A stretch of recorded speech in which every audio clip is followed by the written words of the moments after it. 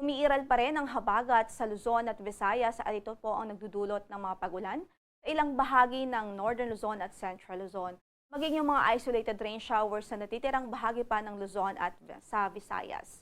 Sa Mindanao naman ay mga localized thunderstorms ang pwedeng magdulot ng mga pag-ulan o yung mga pagkidlat pagkulog. So possible po yung mga pagkidlat pagkulog sa natitirang bahagi po ng ating bansa. At meron tayong minomonitor na LPA ngayon malapit sa ating area of responsibility at base sa ating huling pagtaya ay nakita po natin ang kanyang lokasyon sa layong 1,060 kilometers silangan, hilagang silangan ng extreme northern Luzon. So malayo naman po ito sa ating landmass although nasa boundary nga o malapit sa ating area of responsibility.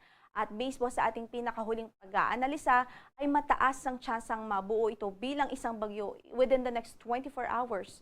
That's why we're closely monitoring this weather system dahil posible po itong maging bagyo at posible ring pumasok ng ating area of responsibility panandalian. Sakali pong maging bagyo ito at pumasok ng ating PAR, ay papangalanan po natin siyang si Bagyong Fabian.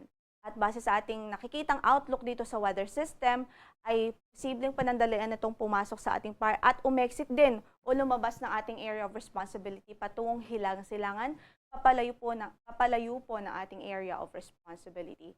So sa ngayon wala naman tayong nakikitang direktang epekto o magiging direktang epekto nitong weather system sa ating kalupaan maliban sa mga posibilidad ho ng pag-enhance o paghatak ng habagat nito na makakaapekto naman sa Northern Luzon, ilang bahagi ng Northern at Central Luzon. Para naman sa pagtaya ng ating panahon sa araw na ito, asahan pa rin natin ng maulap na papawirin na may mga kalat-kalat na pagulan at pagkidlat pagkulog dito nga po sa Ilocos Region, sa Abra, Benguet, Batanes, Babuyan Islands, maging sa Zambales Province. Epekto pa rin ho yan ng habagat. So continuous pa rin yung mga light to moderate rains na pagulan doon, bunsod po ng southwest monsoon. Sa natitirang bahagi ng Luzon, including Metro Manila, ay bahagyang maulap hanggang sa maulap ang ating papawirin. So basically po ay improved weather naman po ang mararanasan natin sa natitirang bahagi ng Luzon. Kasama na po ang Kamaynilaan. Pero posible pa rin ang mga pamisang-misang pagbuhos ng ulan any time of the day dahil sa mga thunderstorms.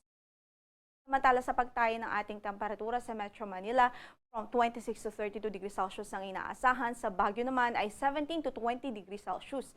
Sa Lawag ay 26 to 29 degrees Celsius, 26 to 34 degrees Celsius sa Tugigaraw at 26 to 33 degrees Celsius sa Legazpi City. Habang malamig din dito po sa Tagaytay, having 24 to 29 degrees Celsius na temperature range sa araw na ito. Samantala, dumako naman ho tayo sa natitirang bahagi pa ng ating bansa. So dito po sa Visayas, Mindanao, maging dito sa Palawan Province, asahan nga natin ang bahagyang maulap hanggang sa maulap na papawirin din. May chance lang din ho ng mga thunderstorms o pagkidlat pagkulog any time of the day dahil sa habagat. So yung mga thunderstorms dito po sa Palawan Province at sa Kabisayaan ay dulot ng habagat o southwest monsoon, habang mga localized thunderstorms naman ho sa Mindanao.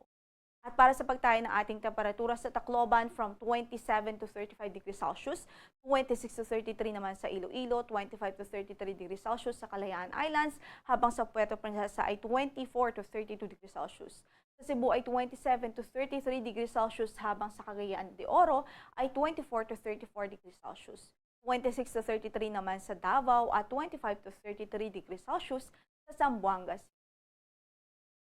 Wala rin po tayong gale warning ngayon sa anumang bahagi ng ating baybaying dagat, although pinag-iingat pa rin natin ang ating mga kababayan doon sa extreme northern Luzon, sa dulong hilagang Luzon dahil maalon pa rin ang kondisyon ng ating karagatan doon dahil pa rin sa pag-iral ng habagat.